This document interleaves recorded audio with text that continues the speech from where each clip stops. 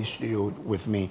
We have Musa Dankwa, Executive Director, Global Info Analytics, Kwajo Poku, or Kwajo Nsafwa Poku. I don't know why I was thinking about this name this morning when I was coming to work. Kwajo Nsafwa Poku is an energy consultant and a member of the NPP. And Nsafwa, you know, I was thinking about it in relation to the Didi Sean Combs. And I was like, but that guy, the forefathers were brought from Africa. Combs, you know, doesn't mean Nsafwa. They couldn't mention to Combs, but I realized no, it wasn't Nsafwa. The Nsafwa, the person who has Nsafwa in the US is Alicia Keys. Oh yeah, Keys. She's a distant relative. They couldn't mention Nsafwa. But yes, when they took her there, Alicia Keys, they couldn't mention the Nsafwa, so they call her Keys. So I think she's the closest that we have in the exactly. But so Combs, I don't think Combs is anywhere near. Afe. It's not Nsafwa, but what I was thinking, your name came up. That's Nsafwa. Okay. I hope it came up in the right way, because these days nobody wants to be associated with Sean Diddy Combs. Oh my God. Anyway, how are you? I'm well. Very well. Thank you, bro. Okay. Let's get into it. But just to add, we've just seen something here.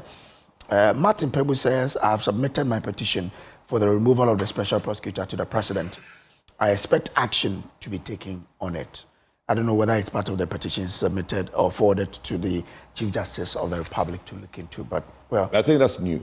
His one, when I asked him last week, the ones that we know has been forwarded. Martin's one has not gone in. Okay. I actually asked him, he said his one will go in Thursday last week. Okay. I think his is new to the presidency, yet to be forwarded. Interesting. Okay, so this adds to the... This one adds to the existing ones, yes. Okay. But you know, Martin makes quite a number of allegations. So we are yet to see what it is, and we'll follow you through and see. Okay, all right. Let's get into it now. But once we have Musa Dankwa here, maybe we'll start from the by-election in the Kpandai constituency, and you have a new survey out. I have gone through it, but I want you to help us appreciate it. What is the survey really pointing to? Thank you very much for having me. At the moment, where we stand, the race is statistically tied. Okay. The NPP candidate is ahead with 50% of the vote. The NDC 46%. You have the other candidate 1%, and 3% said they are undecided. And the margin of error for the survey is 3.9, so it's plus or minus. So if you add the 3.9 to the NPP candidate, he could win with 54%. If you add the same 3.9 to NDC, he could be on the whisker. So at the moment, it's really tight. But we have 2 weeks to go. A lot could happen in the remaining 14 days or so, depending upon who can turn out the numbers and get people to switch side. That will determine who would win the race eventually. What could really happen in 2 weeks to 10 days? No, there are people who are undecided. They are 3%. 3 point something. Yeah, 3%. And if they do decide, it could make a lot of difference. And also, opinion poll is not actual vote. If people say, I'll vote for you, and they don't show up, it doesn't get counted. So you must get people out there to vote for your candidate. And that is the key at the moment for NPP and NDC in Kpandai. So now you cannot even clearly say that I'm winning. No. Anybody can win, and this is the baseline poll. There'll be a final poll a day before the elections. From that poll, we could tell with precision who could win the race. Okay, all right. So good. Does this? Well, I think my brother should be using certain words in his. You see, what he does, an opinion poll, right? Now, when most people misconstrued opinion polls. And he has in his, I realized that I follow him on TikTok. And when I saw him, I'm like, oh, wow, the man in flesh. He even comes out to say that what he does is opinion polls. And opinion polls have a much smaller sample size. You realize that people have taken him on the amount of sample size he has when he does some of these national opinion polls. But if you go into the historic, I mean, polling is a science, right? You don't need to have a big sample size. And when people started taking it up on the sample size that he has, I actually went in to read about the polls in the US and the UK, and I realized that they all use similar sample size to basically give out the opinion poll. So he's not doing anything different from what is done in the Western world. The only thing that I think that Ghanaians should understand is that what my brother does is an opinion poll. It is not a prediction of an election. I think most Ghanaians tend to now use the info analytic polls as, oh, this Musa Dankwa said that this person is going to win. Maybe because they've had, his polls have sort of been confirmed in many of these opinion elections. Polls are opinion polls, and I just think that it's interesting and it's important that we put it out there that they are opinion polls. Yes, it might translate into or closeness to what happens on the day, but when people keep arguing with those numbers as if they are exit polls, they are different from exit polls, and you can correct. Yeah, he says they will do an exit poll on the day before the election, right? Oh, that's still opinion poll. Opinion poll. Okay, all the right. difference between exit polls and different between opinion polls, right?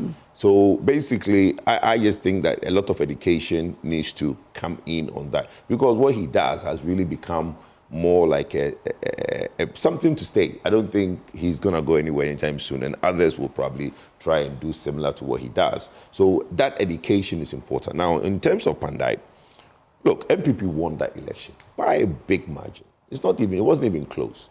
Yes, the judge did what he did. We are in court on it. But we are also going to put our best foot forward, because it's a seat that we've won. It's a seat that we think that we can win again. The ruling party, the NDC, is going to throw everything at it. Why? I don't know. Because yesterday, somebody asked a question that, all that numbers in Parliament, they don't even show up to do the work that they are supposed to do in Parliament. But then again, they are still going after all these seats that they think. Everybody thought they were going to get 2/3, and that conversation that you brought up earlier about the change of tenure and all that, right? Yeah. A lot of people ignorantly thought that the minute the NDC have 2/3 in Parliament, they can go and change the constitution. No, you can't. You understand? What people did not understand is that to be able to do a third term, to get the constitution to be changed, you need to go out and do a referendum. You need to get 75% of the people who show up to vote in a referendum to be in favor. Then you come into Parliament to basically go forward with it. Anybody, I dare the NDC and his Executive President Mahama to use the 2 years he has left to try that. Because in actual fact, in a 4-year tenure, what you really have is 2 years. You've already spent 1 year. You have 3 years. You've already spent 1 year. The final year is a campaign year, right? So the effective that you have is 3 years. You spent 1 year. If you want to now run this country and put it where you think it wants to be, you don't have time and room for that distraction of a third term, right? So I'm glad that His Excellency the President made it emphatic that he's not interested, but there are people who are, I don't want to use the word sycophants, but I think that's what they are. They want to now please the president to make him feel like they can pull that thing for him. Well, the man have said he's not interested. People are really clamoring around that idea, and I don't know to what end. But look, we are going to go to Kpandai as a party, and we're going to put our best foot forward. We're going to campaign, and God willing, we will come victorious. The opinion polls are showing that we are ahead. And I think it's a good thing when you have an idea of what the people are thinking, which is what the opinion polls are. All right. So, but what factors are accounting for the NPP's candidate having the lead now, as we speak? Look, if you look at the data, overall sentiment shows that the president is quite popular in Kpandai right now. And also, people generally feel that the country is heading in the right direction. Yeah. However, that is not translating yet into support for the NDC candidate, which means that the NPP candidate is popular, is stronger at the moment in the race. So I think what I can say is that the NPP candidate is very strong. He's outperforming probably his party. Yeah. Okay, so it means that even if you add the 3% to the NDC, the NPP, because this is a simple majority, right?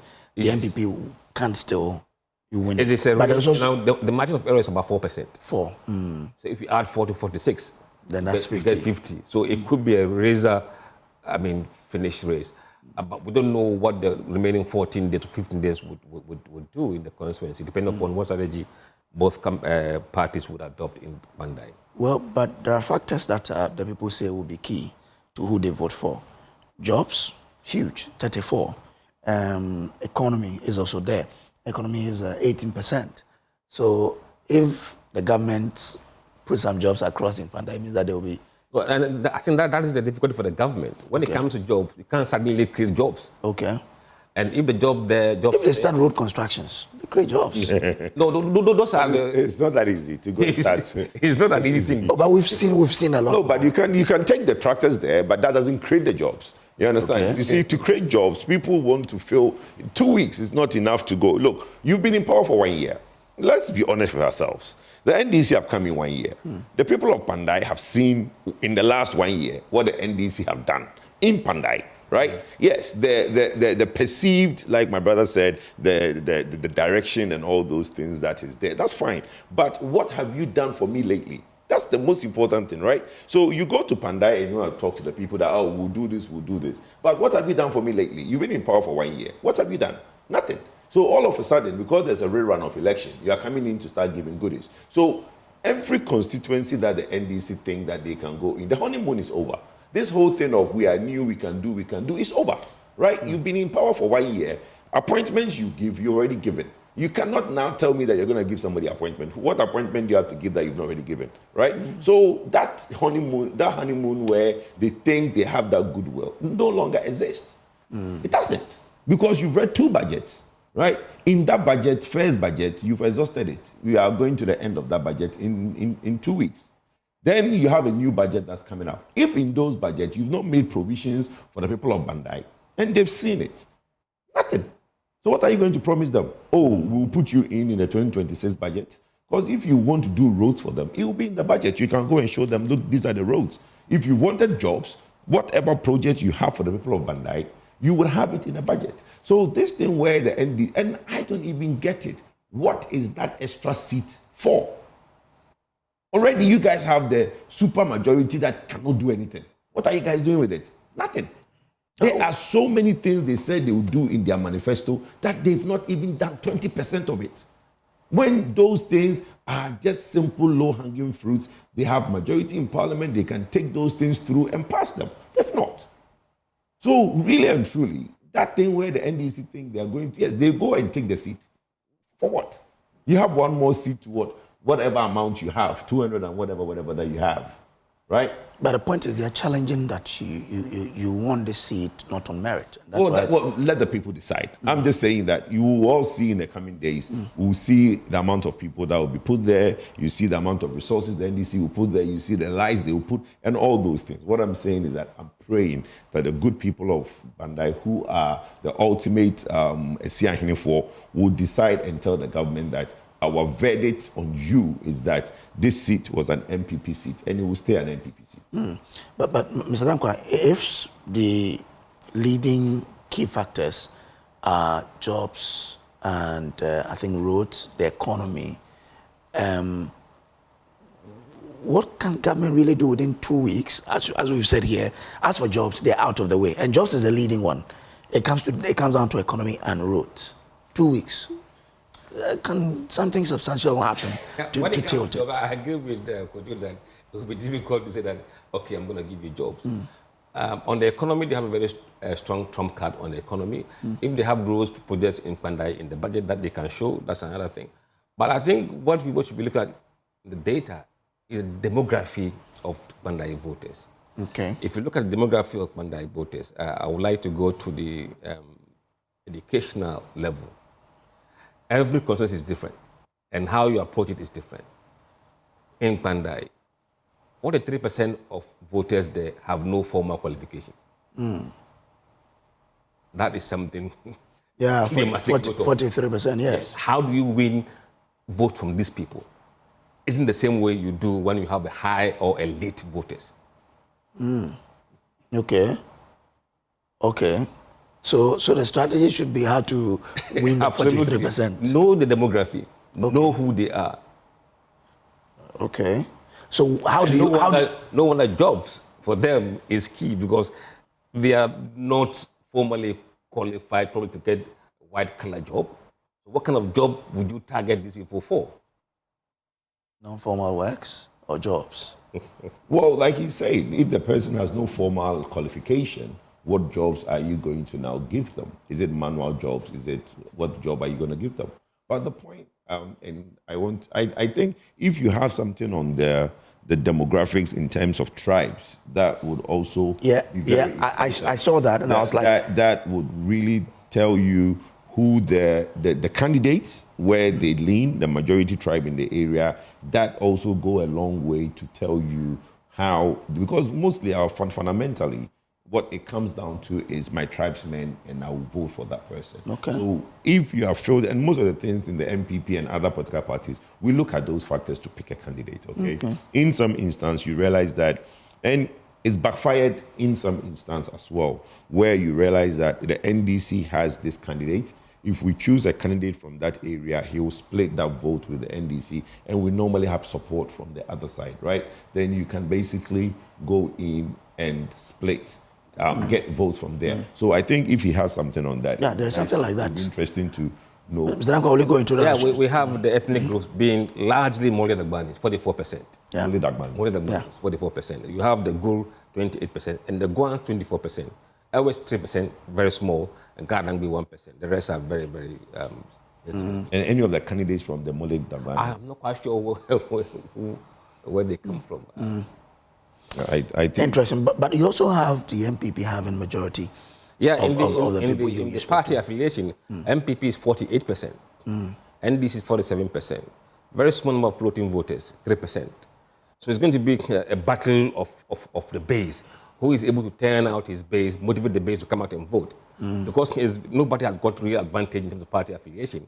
If your party people stay at home, you are finished. Okay. So the strategy is whip up the grassroots to come out and vote. Okay, that will be the strategy for both parties.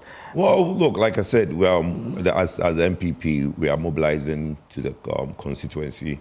We are already there doing the work. I think it's unfair if, for whatever reason it was, those 51 polling stations that was issues, we thought that those have been the issue where the court will have asked a rerun in those areas. But unfortunately, the court thought otherwise and gave the ruling that it did to rerun the whole constituency. Look, we will take it on the chin, go in there and do our best to win that seat. Okay, all right. We expect the court to have given a conclusion before the final date for... I think that they've appealed because, there's an appeal court injunct, to injunct the process, which is the injunction was to declaring the seat vacant and all that. And I think I hear my brother Nimakon Gary has also filed a application. Yes, and also filed the contempt against the clerk. So there are a lot of court processes going on. We'll see what the haste with which the court does these things and see what the results of that. Oh, it's new to me, the contempt against the clerk. Yes, there's a contempt case that Gary has instituted against the clerk last week. Oh, wow. And that will be moved when? I think this week. Interesting. Okay, let's keep an eye on it and see how that will go. But let's move away from that and talk about Galamsey. Mr. Danko, I'm sure that in your surveys, you've been polling how Galamsey affect elections. So let's look at the recent reports that a mining company, which is allegedly operating behind some Chinese nationals, has destroyed water bodies in Adelekazo. Adelekazo is a community in the Avalwe Ajomorojura. Popularly, that is Axim. If you know Axim, that is the constituency, Catherine Africa's constituency, now has been held by Kofi Akonoko. Now, we understand that they've polluted their water bodies, and when the communities complain, it led to some scaffold there, leading to the death of one young man in the community. The community then retaliated by burning equipment of this machine. It tells that we are not winning this fight against Galamsey. Is it conclusive to use that one example to say we are not winning? I have said on this platform that the noise that was made that Galamsey kingpins were MPP. People who are driving these Galamsey fights were mainly kingpins from MPP. Clearly, it's not true. we've come to the conclusion that it's not true. Because today, you can't tell me that the people who are doing these things in the constituencies are MPP. It's not. Because no MPP person today will have the political power, the political will to do some of these things with impunity. There are two things that is going on with this particular story. There was an incident. The youth in the area went and burnt the vehicles and some of the equipment of the mining companies. Mm-hmm. They are saying that it's a mining company. The Chinese have gone behind the mining company and doing Galamsey, right? Mm-hmm. Now, the reason I have doubt on what's going on is this. They are saying that when the police went there, the police went and arrested the boys instead, right? But you are the ones that went and burned somebody's car. You are the one that went and did the destruction of property. Who do you think they will arrest? But they say you are destroying our water bodies. Well, that's fine. Report it to the authority, right? If you think that is the case, report it. There's no point basically taking the law into your own hands and basically doing what you did. And when the police come and they arrest you for destruction of property, you are now saying that, why is the police arresting the youth? The law will take its course. You can't destroy properties and expect that, two wrongs makes a right. No, it doesn't. But where was the law when the company was destroying the water bodies? What have they filed? What is the process? There are processes that goes on.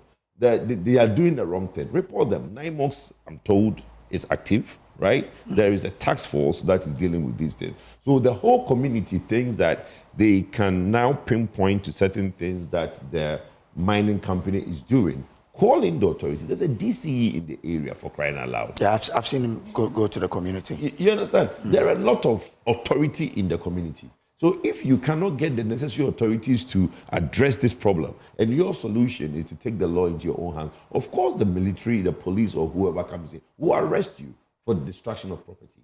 I don't think that we should allow lawlessness, to wrong a right. That becomes chaotic. The minute we feel that the right thing to right a wrong is lawlessness, then we have a problem in the country. So that is why the police will arrest the youth who did the destruction. Yes.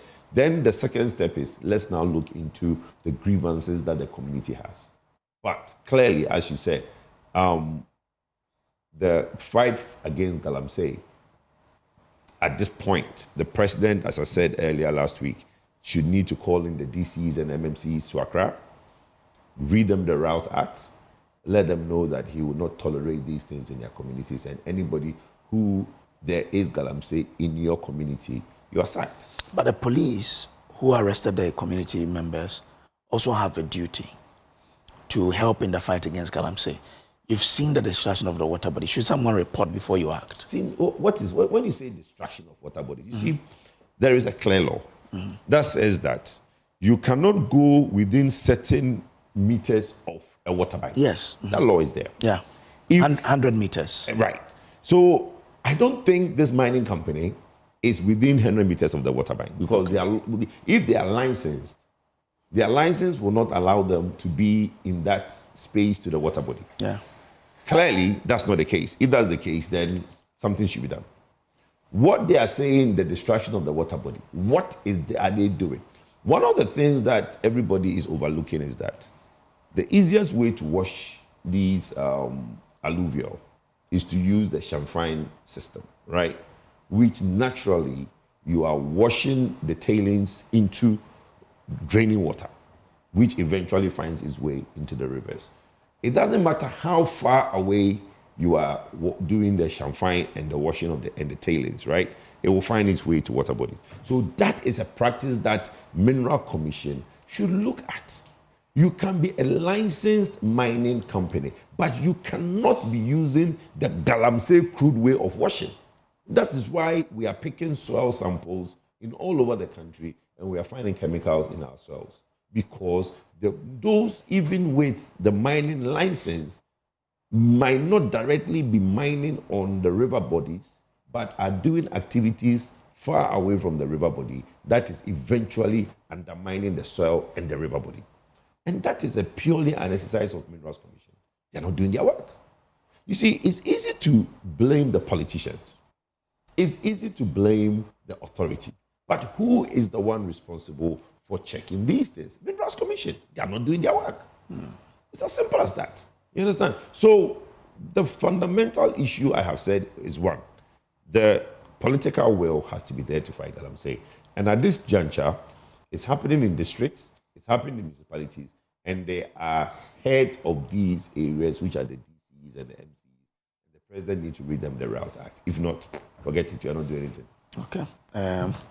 Let me welcome Tanko Rashid Computer. He is the Deputy Director of Elections and IT for the NDC and the CEO of GIFEC, right? Okay. Good morning. Good morning. Trust you're well. I'm terrific. We are done with the topic where you would have a lot of interest. But Kojo Poku is asking, why are you still interested in that particular seat? Well, let me... I'll just give you 2 minutes on this because we've passed it. Let me say good morning to you and my friend Kojo Poku and then my good friend, Honorable Dankwa. I mean, and the good people of Kpandai. Let me say good morning to Kpandai people. They are very happy we are coming for a rerun. Very, very happy. Because some huge wrongs was perpetrated against the good people of Kpandai. Fortunately, the law courts are there to right the wrong. If you go and do anything, they'll rewrite it nicely for you. So we're able to get a proper verdict in order to go back and give them proper representation. You see, the whole thing, if you look at the People Representation Act, he knows it very well. Kojo knows it. It's about representation of the people. It's not about numbers. If the people want Kojo to be their MP in Kpandai, then some crooked electoral officers will connive with NPP and go and put my friend there as an MP. He's not the representation of the people. No, he's not. Yes, this is not the first time we have seen such a thing. It has happened severally. And now the courts are very active.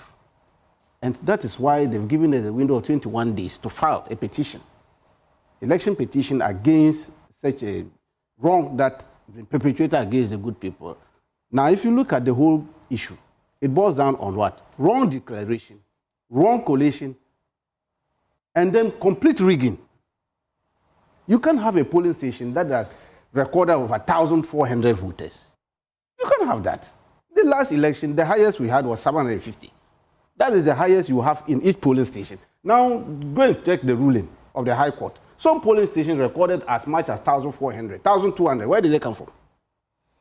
So you're saying when we go to the Ashanti region, we'll not find No, you won't find it. That was what we agreed. 1,000. You know, I was always at IPAC with my late boss, Dr. Manibo. We all agree that, look, this 2024 election, the threshold is 750.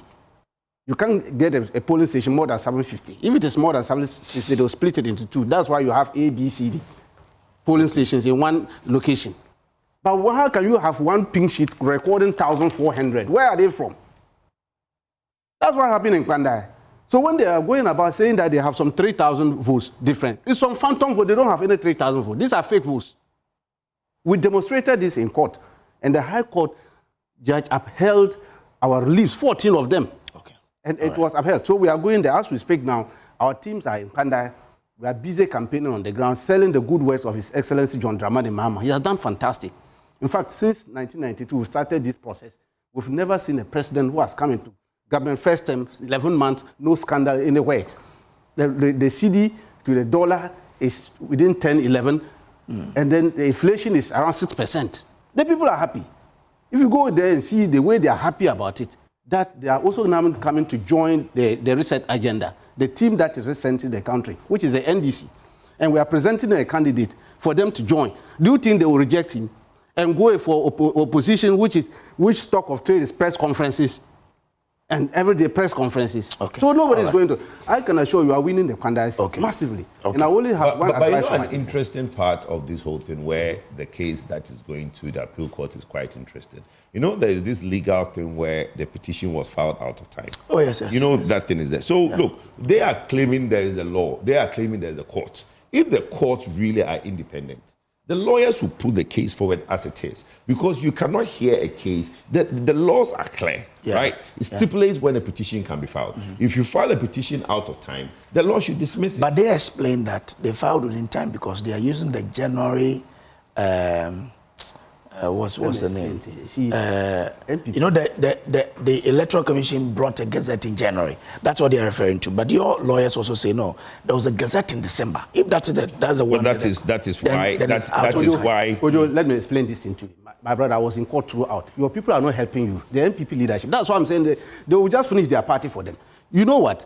When we filed the first one, 24th December, 2024, they went with a motion to High Court, telling the trial judge that they had not gazetted the listing. You filed a case in December. In December 24, the first one. For the Kpandai case. For the Kpandai one. Where is it? Then the NPP went to court with a motion. I have the motion. I can give you, you put it out there. They are judged. I've never heard of this. I'm giving you a chronology of why they are getting there. Okay. That what we filed at that time, that there was no gazette of the parliamentary election. So the High Court should dismiss it. Yes. And brought in the gazette, which was done on the 6th of January, 2025. So we quickly went with another motion withdrawing the first one we filed. And filed a fresh one on 25th January 2025. Now, 6th January to 25th January 2025, calculate how many days are there? But in all of when the issue came up, we've not had this explanation. No, but don't tell you. That's what I'm saying. They're not telling the people. We have not the appeal court. What I'm saying, they're not telling Ghanaians. Forget what we tell the Ghanaians. Your people are not helping. Forget my people. The appeal court. You see, this is a matter of law. You see, my biggest fear in this country now, right, is structures and institutions. When Obama came to Ghana in 2009, you know, he said that, look, structures of institutions are what will make a country. The courts are the only last barrier we have. If that collapses, we might as well just move out of this country and go and live in the desert. Because then there are no brakes on the whole thing. We are going to the appeal court. We are filing documents. You are saying you filed something, it was withdrawn. Take that to the appeal court. Let's not belittle or prolong this. You are saying we are not the judges of the matter. The written address filed for on behalf of the first responder, which is NPP. Read it and see whether they didn't even write their written address. Bro, it doesn't matter what me and I'm saying that so your people are not helping. You filed something Look, the gazetted was 24th December. It was gazetted, bro. 6th January. Bro, that is what you claim. We are saying that it was gazetted on the 24th. The fact stays the same. The fact is that it was gazetted 24th December. You filed something on the 25th of January, which is outside the window of the gazette. Let the court sit, look at the documentation and rule. If the court don't, we'll go to Supreme. These matters are very clear. So let's move on. The thing is, you brought the issue that if somebody filed outside, and I'm telling you that the gazette we have, and which is at the printing press, is 6th January 2025. That is what we have. Present it to easy as that. And your cases are here. You follow 11 months with your written address by your counsel. Thank you very much. Your written address is here. Why were you not? Thank you very much. Why were you silent about it? Well, Mr. Nanko, if you hear this too, he says that they are there. I don't know whether they're going to start the road construction, but he says the economy, the people are in love with it. Your final concluding remarks on Kpandai before you take a leave of us. Yeah, if you watch Kpandai's seat in the last 4 elections, it's been very close. They've moved from a very strong NDC to a very good swing. All by the same Yindam. Because Yindam broke it in 2012 and then, And not even that. If you look at the presidential race as well, it's getting closer. So it's not like NDC is winning by a large margin in the presidential and they either lose the parliamentary with close margin. So the whole constituency has moved from being a strong NDC, the 2000, to where we are today, very close, highly competitive. So every vote would count and everything would count. What could help the NDC is the incumbency advantage, what machinery they will bring there. If you look at the level of voters with no formal qualification, this makes the people very vulnerable to inducement and that kind of thing. And if that strategy is going to be very tough. But the guy is very strong. I think we can't take that away from him. He has to hold his own, make sure that there's no division within his rank. We've seen some problem in the NDC as well, because if you look at the party affiliation and who they are voting for, a lot of the NDC guys, it's a sign of cracks in the NDC from the data we've seen. Whereas MPP is solid behind their candidate, NDC is fragmented in that area at the moment. We don't know whether that will still hold. And also, if you look at those who voted for the NDC candidate, some of them at the moment say they are undecided. So something is not right in NDC there. If NPP can hold their own. 1 year on, they've left them. No appointment, nothing. They've not gotten anything. My brother is sitting here talking about the economy in the right direction, all these things. The people have seen that in 1 year, you've done them 419. Okay. Allow Musa. Please allow Musa. Please allow Musa. Please allow Mr. Dankwa. Mr. Dankwa, please. Mr. Dankwa, please. Please allow Mr. Dankwa. If you are not contesting, withdraw is better for you people. 133. Or you lose. Oh, you've done Please allow Mr. Dankwa. So for MPP to win, they must hold their own together, strongly stay united, and whip the voters to come out. Yes. For NDC to win, they need to get more united. MPP is ahead by 4 points within the margin of error, though. But you're better off being ahead than being behind in the poll. So everybody can build on his strength, and it's for everybody to get to work and see what happens. The final poll, which comes out by 29th of December, we will see whether things have moved from where we were a few days ago. Okay, well, thank you very much. You don't say forward. So let me acknowledge Mr. Dankwa. Mr. Dankwa is executive director of the Global Info Analytics, and they did this work. Thank you for coming. You don't say 419 anymore. You what say is 133. It? 133 is what? 133. Haven't you seen what they've done to the Ghanaian youth? I don't. You don't know what 133 is? No. Oh, 1 job, 3 shifts, 3 jobs. That's fine. 133. Now, every Ghanaian youth is asking 133 is that the new 419? Because when they told the people of Kpandai that they will give them 133, where's the 133? I hear. The people of brother, please. Thank you. Let's move on and talk about Adelaide Kazu. I'm waiting to see when you predict my candidate winning with the last. So Tanko. Where? Which one is it? Forget it. Let's talk about Let's talk about this one. Your candidate is which one? Dr. Mahmoud Bawumia. Oh. Sir, good morning if you are watching. No, we know he's an established candidate. That was not an established. The man is working hard. He's the only candidate that is going to do 276 constituencies in this cycle. Today, as I speak to you, he's in Upper East. He's an established candidate. My brother, stop it. The man, if you see the work the man is doing. Safe to be eaten. Come 31st December, we are January, we are aware. Microwave, that's what. It's microwave already, sir. All right, thank you.